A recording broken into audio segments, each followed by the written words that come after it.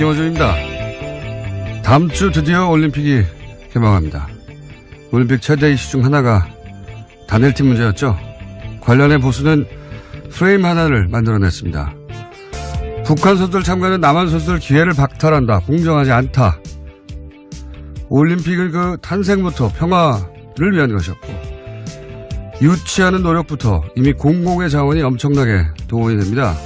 하여 선수들도 올림픽 정신의 구현과 공공의 이익을 위해 때로는 개인적 이익 일부를 남과 공유할 의무가 함께 부여되는 겁니다.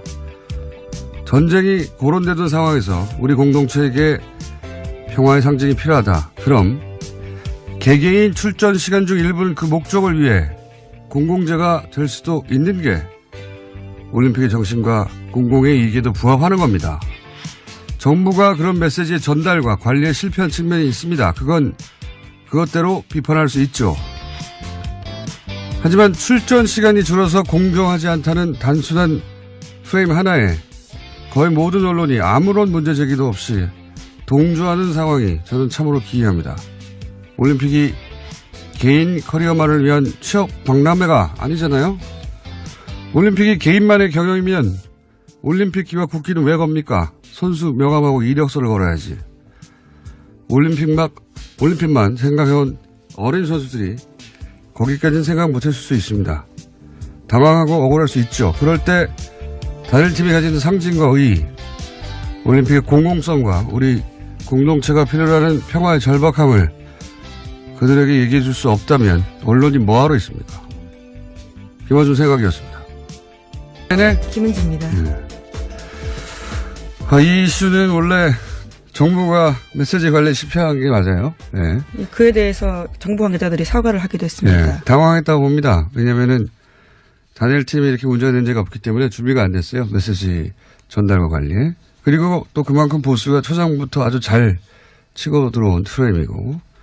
그래서 정부가 수습할 문제라고 생각해서 제가 가만히 있었는데 좀 시간이 지나면 이 단일팀의 불공정 프레임 이거 자체도 문제가 있다. 반쪽짜리 프레임이다. 이렇게 얘기할 줄 알았는데 이슈가 다 끝났는데 그런 얘기가 없어서 제가 이제서야 한마디 하는데 고생한 개개인의 기회를 제한하면 안 된다. 맞아요. 그 중요한 가치인데 그게 유일한 가치는 아니에요. 올림픽은 개인의 기회 실현 이외에도 공공의 가치를 구현할 의무가 선수들에게도 있는 겁니다. 네. 올림픽이 선수 개개인에게 배타적으로 독점할 수 있는 기회가 아니에요. 조금만 생각해보면 당연한 건데 초장부터 여론이 확 쏠리니까 무서워서 그런 건지 비겁해서 그런 건지 언론이 그런 말을 안 해서 한마디 하고요. 더 웃긴 건 이런 포인트예요. 보수가 갑자기 개인의 권리가 가장 중요하다는 거예요. 네. 그럼 노조 지지해야지 보수가. 노조 포함하면 맨날 뭐 국가 경제를 생각하라고 그러다가 갑자기 올림픽에서만 개인 권리가 가장 중요하게 되는 겁니다. 이게 앞뒤가 안 맞는 거예요. 그 프레임에 이따시만한 허점이 있는데 그냥 언론들이 넘어가 주니까 실망입니다. 저는. 자, 첫 번째 뉴스가 뭡니까? 네, 세월호 특별조사의 업무를 방해한 혐의를 받고 있는 박근혜 정부의 해양수산부 장차관이 구속됐습니다. 김영석 전 장관과 윤학배 전 차관에 대한 구속영장이 어제 발부된 건데요. 이들의 구속영장을 심사한 서울 동부지법 양철한 부장판사는 발부 사유를 다음과 같이 밝혔습니다. 범죄 혐의가 소명되고 도망의 우려 및 증거인멸의 우려가 있다라는 겁니다. 세월호 특조위 방해 관련해서 장관이 구속됐습니다. 하도 뉴스가 많아서 이제 구속에 있는데 드디어 세월호 진실규명을 하는 것을 조직적으로 방해한 행위가 이제 구체적으로 밝혀질 시점이 됐습니다. 예. 이렇게 조직적이고 구체적으로 방해를 하려면 기본적으로 상시 사찰이 있어야 되는 겁니다. 상식적으로. 그래야 미리 막죠. 당연하게. 그러면 누가 합니까? 이걸 국정원이 하는 겁니다. 통상적으로는 도청하고 미행하고 무엇 하는지 어떤 회의를 하는지 그거 안 알려주거든요. 특조위에서. 그걸 어떻게 알아요? 그 공관을 도청하거나 사람들의 통화를 도청하거나 사람들을 미행하거나 기본적인 사찰이 없으면 이게 사건이 터지고 나서는 막기가 어렵잖아요. 이미 언론을 타면. 미리 알아야 되거든요. 자, 그러면은 이제 특조위의 기밀을 어떻게 수집했는가 또는 예, 뭐. 그와 같은 내용도 나왔습니다. 박근혜 대통령의 7시간 행적을 조사한 특조위에 대해서 어떻게 대응할지에 대해서 문건이 나온 건데요. 2015년 11월 달에 특조위가 세월호 참사 당일에 박근혜 전 대통령의 7시간 행적 조사하기로 했습니다. 그 당시에 강하게 반발하면서 새누리당 추천위원 4명이 나갔는데요. 그에 대한 내용들이 똑같이 문건에 쓰여 있습니다. 당시에 치밀한 보안이 요구되어서 특조위 상임위원조차도 내용들을 몰랐었는데 이에 대해서는 비공개 일정과 내용, 행적조사 안건이 언제 어떻게 해결될지도 다 쓰여 있었다라고 합니다. 그거 다 이제 밝혀야 되고, 이거 어떻게 합니까? 당연히. 여기서 국정원은 왜 기여했고, 정부는 왜 재단의 진실을 파헤치는데, 이렇게까지 방해를 했는가. 이제 거기서부터 다시 시작해야 되는 거죠. 자. 네, 박근혜 정부의 청와대가 어떻게 개입됐는지 좀 구체적으로 나오고 있는데요. 안종범 수석에게는 특조위 7시간 조사 막으라면서 해수부를 적극 하라고 5자리나 시켰다라고 하고요. 조윤선 수석에게는 기형적인 특조위를 폐지할 필요가 있다면서 여당과 논의하라고 했습니다. 또 우병우 수석에게는 정교조 계획을 무력화시키다라는 이야기도 했고요.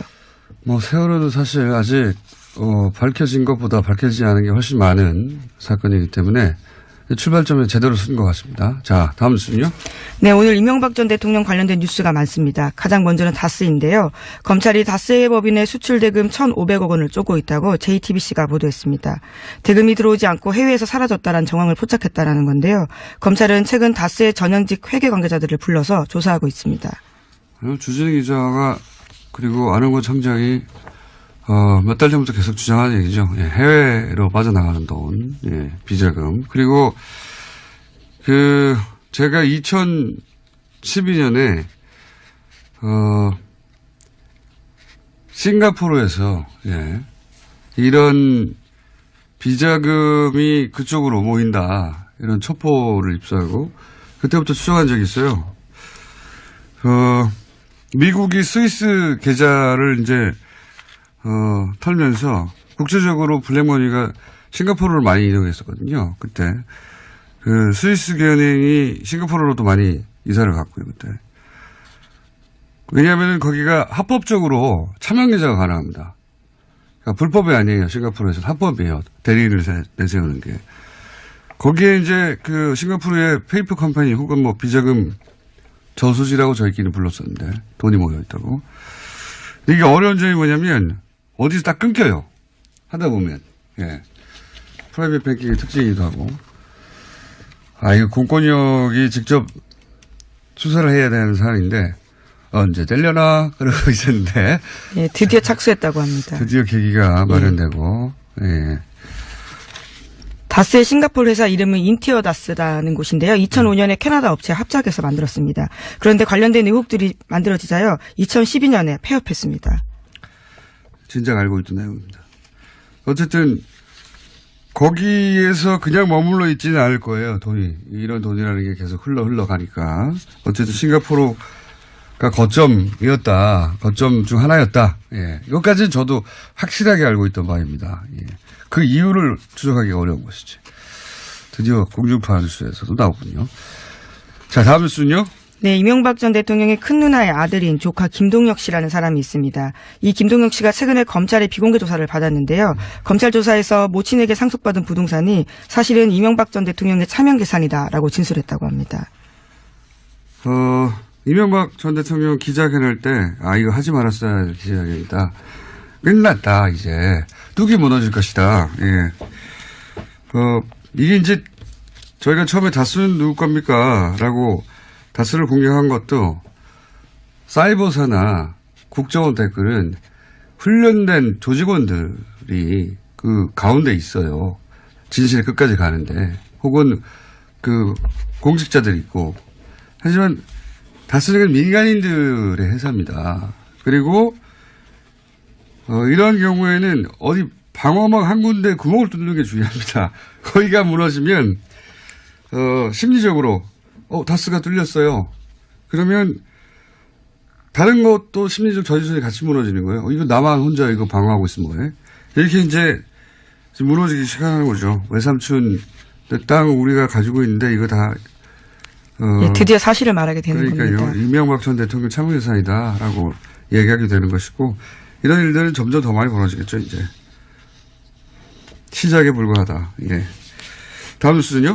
예, 또 영포빌딩 압수수색하면서 관련된 내용들이 굉장히 중요한 게 많이 나왔다라고 SBS가 보도하고 있는데요. 이명박 전 대통령이 재임 시절에 다스 관련된 보고를 직접 받았다라는 증거를 검찰이 확보했다고 합니다. 검찰 관계자에 따르면 이명박 전 대통령 쪽에 급소를 찔렀다라고 할 정도로 스모킹 건이라고 하는데요. 아직 구체적인 내용이 나오진 않았습니다. 그래요? 급소를 찔렀어요? 네, 그런 표현이 있습니다. SBS가 그렇게 보도하고 있는데요. 급소는 뉴스공장이 지난 7월부터 찔렀어요. 예, 시사인도 함께 했습니다. 계속 찔렀는데 청와대 민정하고 공권력을 동원해서 돈을 찾고 그 과정을 청와대 민정이 뭐 자기 혼자 결정했겠습니까? 청와대 대빵이 시켰지? 민정이 왜 그걸 혼자 해요? 그리고 민정이 왜 사기업하고 계속 연락을 합니까? 그 사기업과 연락한 문서들도 진작에 공개했고요. 그렇지만 검찰 조사가 중요한 건 그때 이제 뉴스공장에서 여러 가지 문건을 들고 얘기했지만 대통령이 보고를 받았다고 하는 문건이나 증거를 여기 이 부분은 검찰만 확보할 수 있는 거죠. 그걸 검찰이 확보했다면 이제 완성이 되는 거죠, 그림이. 자, 다음은요. 네, 김재정 씨와 관련된 이야기도 여러 차례 말씀드렸습니다. 이명박 전 대통령의 처남인 고 김재정 씨가 일종의 키맨이다라는 건데요. 그와 관련해서 상속자인 부인 권모 씨가 검찰 조사 받았습니다. 상속세 탈루한 의혹으로 받고 있는데요. 이와 관련해서 상속자인 부인 권모 씨가 아니라 제3자가 상속 과정의 문제점을 검토한 흔적이 발견됐다라고 합니다. 발견된 지 4개월 넘었어요. 뉴스공장에서 계속 얘기했어요.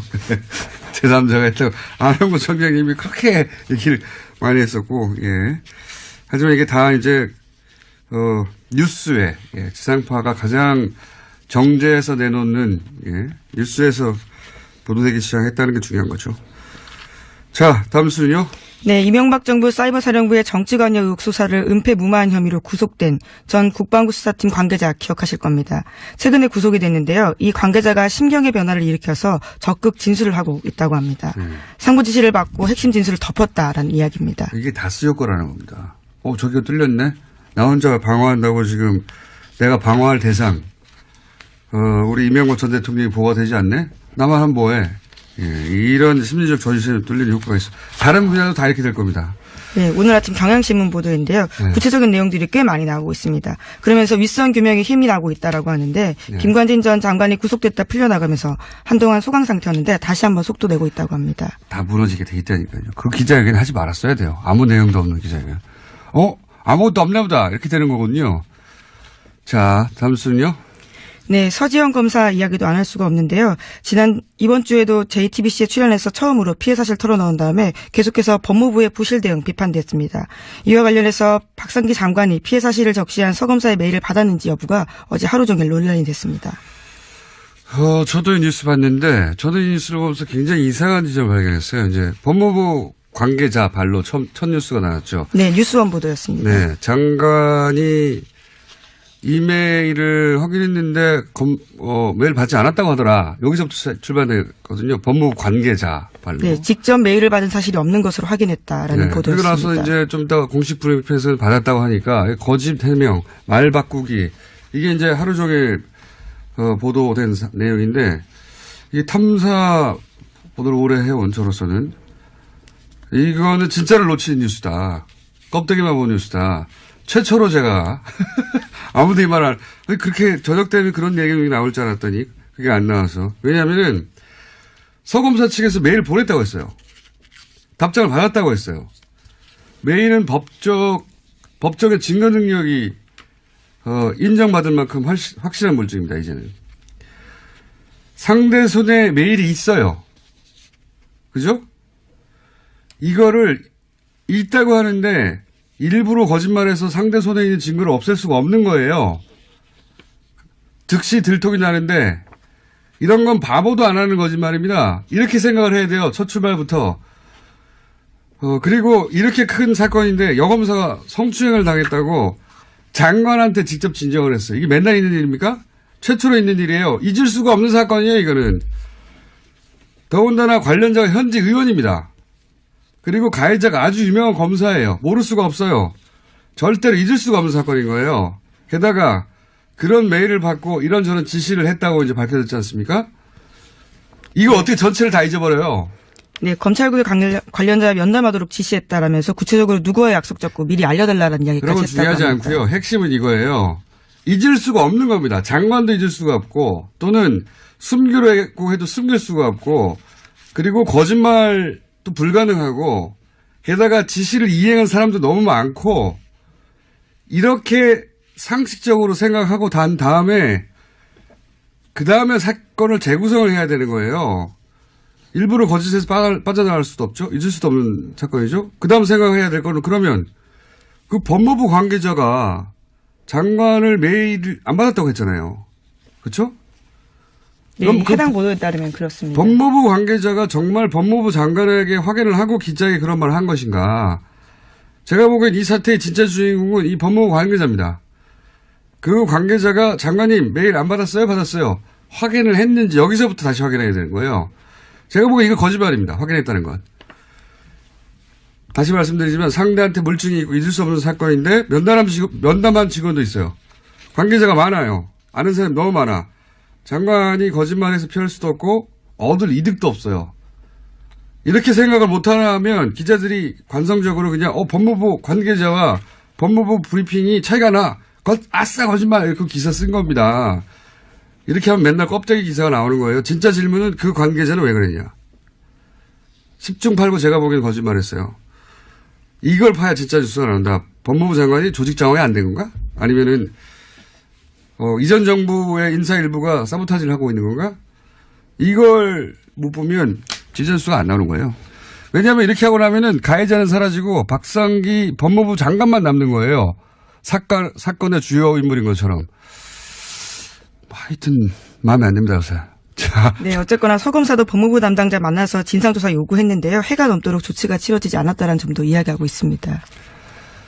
그 점은 그 점대로 따질 일이에요. 예, 그 점은 그 점대로 따질 일이고 피해자 입장에서 만족스럽지 않은 거죠. 예. 근데 이제 사건의 포인트가 법무부 장관이 아닙니다. 제가 보기에는. 이 첫 보도가 나간 관계자를 봐보세요. 그리고 관계자와 장관의 말이 일치하는지를 확인해 보세요. 거기서부터 진짜 사건이 숨어 있다. 자, 다음 수는요? 예, 오늘 아침에 한국일보에서 안철수 국민의당 대표의 인터뷰가 있었는데요. 예, 바른정당과 손잡고 통합신당 준비하고 있는 중입니다. 이에 대해서 지방선거 이야기가 좀 나왔었는데 6.13 지방선거나 재보궐선거 출마 등 모든 가능성이 열려있다라는 이야기를 했습니다. 그렇군요. 안철수 대표 관련 통합 관련 뉴스가 많이 나오는데 이거 이제 한 번만 더 코멘트를 하자면 전당대회 안 하는 거를 가지고 여러 기사에서 우회로를 찾는다, 우회한다. 어떤 기사는 산에 길을 내고 물에 다리를 놓는다, 막 이런 표현을 하던데 정치권이 앞뒤 안 맞게 행동하거나 유불리에 따라서 말을 바꾸거나 기준을 바꾸거나 그 여야 모두 있는 거거든요. 그리고 또 출입 처면은 또 막 공격하기도 그렇잖아요. 그래서 적당히 덮어주기도 하죠. 근데 이건 막 예를 들어서 이 우회로다, 전당대회 안 한 거. 우회한다. 산에 길을 내고 물에 다리를 넣는다. 이건 너무 만져주는, 이거 애모예요. 이렇게 표현하면. 이렇게 하면 안 되는 겁니다. 표현이 너무 선정적인 것 같은데요. 너무 깜짝 놀랐습니다. 적당히 해야죠, 적당히. 보세요. 합당은 전당대회에서 결정한다. 오늘 열받네요. 당원이 그래요? 근데 안철수 대표 측이 장악한 중앙위가 당원을 개정해요. 전당대회 안 하고 그냥 당원 투표를 한다고. 그러면서 뭐라고 하냐면 당원을 개정하면 즉시 효력이 발생하고 다음 전당대회에서 추인을 하면 된다. 이렇게 말해요. 추인을 안 했는데 어떻게 효력이 즉시 발생합니까? 논리적으로 말이 안 되죠. 그리고 이미 합당이 됐는데 국민의당의 전당대회는 이제 영원히 할 수가 없는데 어디서 추인합니까? 어디서? 추인할 데가 없어. 앞뒤가 안 맞아 이건. 논리적으로 하나도 말이 안 되는데 무슨 우회로예요. 이거는 강목 들고 용팔이 전당대회를 했는데 정면 돌파다. 이렇게 말해주는 것과 마찬가지인 겁니다. 적당히 좀 해야지. 민망해요 진짜. 뭐 우회로예요 이게. 아유 바보같이 정말. 자 어제 블랙하우스에서 여기까지 하려고 끝내죠. 공중파에서 최초로 포털에서 매크로가 가능하다.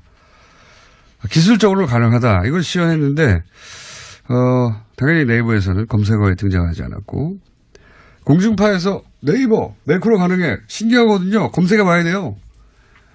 등장하지 않았고 당연히 예상한 바입니다만 그러면 안 됩니다. 네이버 이 또한 지나가리라. 그렇지 않습니다. 예, 블랙하우스 한번 검색해 보시고 다른 건 몰라도 그건 보셔야 됩니다. 매크로가 가능하다는 걸. 오늘 뉴스도 많고 할 말도 많았네요. 네, 답답한 하루였습니다. 자, 지금까지 김은지였습니다. 감사합니다. 네.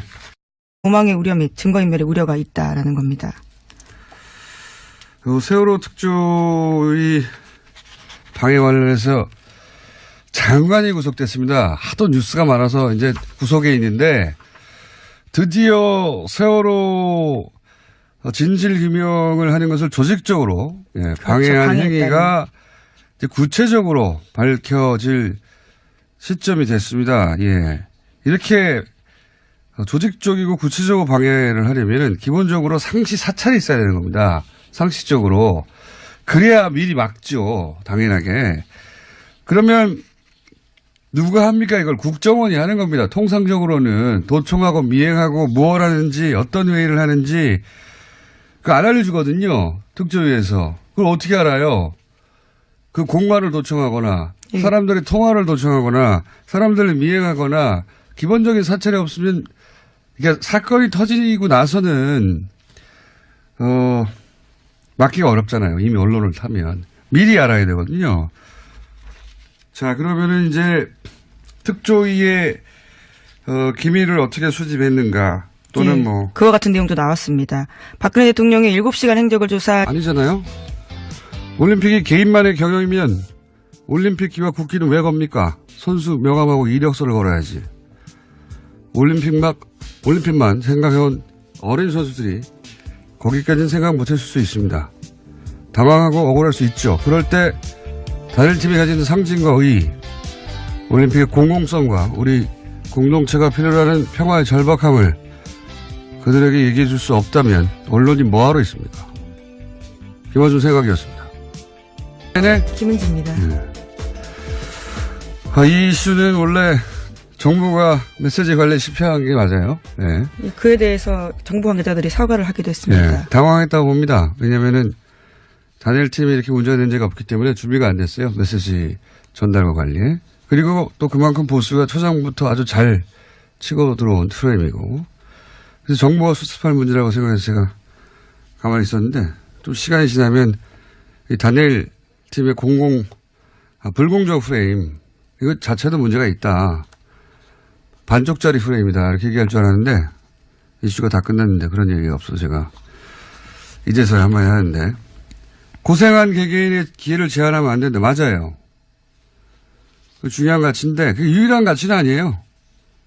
올림픽은 개인의 기회 실현 이외에도 공공의 가치를 구현할 의무가 선수들에게도 있는 겁니다. 네. 올림픽이 선수 개개인에게 배타적으로 독점할 수 있는 기회가 아니에요. 조금만 생각해보면 당연한 건데 초장부터 여론이 확 쏠리니까 무서워서 그런 건지 비겁해서 그런 건지 언론이 그런 말을 안 해서 한마디 하고요. 더 웃긴 건 이런 포인트예요. 보수가 갑자기 개인의 권리가 가장 중요하다는 거예요. 네. 그럼 노조 지지해야지 보수가. 노조 포함하면 맨날 뭐 국가 경제를 생각하라고 그러다가 갑자기 올림픽에서만 개인 권리가 가장 중요하게 되는 겁니다. 이게 앞뒤가 안 맞는 거예요. 그 프레임에 이따시만한 허점이 있는데 그냥 언론들이 넘어가 주니까 실망입니다. 저는. 자, 첫 번째 뉴스가 뭡니까? 네, 세월호 특별조사의 업무를 방해한 혐의를 받고 있는 박근혜 정부의 해양수산부 장차관이 구속됐습니다. 김영석 전 장관과 윤학배 전 차관에 대한 구속영장이 어제 발부된 건데요. 이들의 구속영장을 심사한 서울 동부지법 양철한 부장판사는 발부 사유를 다음과 같이 밝혔습니다. 범죄 혐의가 소명되고 특조위에 대해서 어떻게 대응할지에 대해서 문건이 나온 건데요. 2015년 11월 달에 특조위가 세월호 참사 당일에 박근혜 전 대통령의 7시간 행적조사하기로 했습니다. 그 당시에 강하게 반발하면서 새누리당 추천위원 4명이 나갔는데요. 그에 대한 내용들이 똑같이 문건에 쓰여 있습니다. 당시에 치밀한 보안이 요구되어서 특조위 상임위원조차도 내용들을 몰랐었는데 이에 대해서는 비공개 일정과 내용, 행적조사 안건이 언제 어떻게 의결될지도 다 쓰여 있었다라고 합니다. 그거 다 이제 밝혀야 되고, 이거 어떻게 합니까? 당연히. 여기서 국정원은 왜 기여했고, 정부는 왜 재단의 진실을 파헤치는데, 이렇게까지 방해를 했는가. 이제 거기서부터 다시 시작해야 되는 거죠. 자. 네, 박근혜 정부의 청와대가 어떻게 개입됐는지 좀 구체적으로 나오고 있는데요. 안종범 수석에게는 특조위 7시간 조사 막으라면서 해수부를 적극 하라고 5자리나 시켰다라고 하고요. 조윤선 수석에게는 기형적인 특조위를 폐지할 필요가 있다면서 여당과 논의하라고 했습니다. 또 우병우 수석에게는 정교조 계획을 무력화시키다라는 이야기도 했고요. 뭐 세월호도 사실 아직 밝혀진 것보다 밝혀지지 않은 게 훨씬 많은 사건이기 때문에 출발점에 제대로 쓴 것 같습니다. 자, 다음 뉴스는요? 네, 오늘 이명박 전 대통령 관련된 뉴스가 많습니다. 가장 먼저는 다스인데요. 검찰이 다스의 법인의 수출 대금 1,500억. 김어준입니다. 다음 주 드디어 올림픽이 개막합니다. 올림픽 최대 이슈 중 하나가 단일팀 문제였죠. 관련해 보수는 프레임 하나를 만들어냈습니다. 북한 선수들 참가는 남한 선수들 기회를 박탈한다. 공정하지 않다. 올림픽은 그 탄생부터 평화를 위한 것이었고 유치하는 노력부터 이미 공공의 자원이 엄청나게 동원이 됩니다. 하여 선수들로 올림픽 정신의 구현과 공공의 이익을 위해 때로는 개인적 이익 일부를 남과 공유할 의무가 함께 부여되는 겁니다. 전쟁이 고론되던 상황에서 우리 공동체에게 평화의 상징이 필요하다. 그럼 개개인 출전 시간 중 일부는 그 목적을 위해 공공재가 될 수도 있는 게 올림픽의 정신과 공공의 이익에도 부합하는 겁니다. 정부가 그런 메시지의 전달과 관리에 실패한 측면이 있습니다. 그것대로 비판할 수 있죠. 하지만 출전 시간이 줄어서 공정하지 않다는 단순한 프레임 하나에 거의 모든 언론이 아무런 문제 제기도 없이 동조하는 상황이 저는 참으로 기이합니다.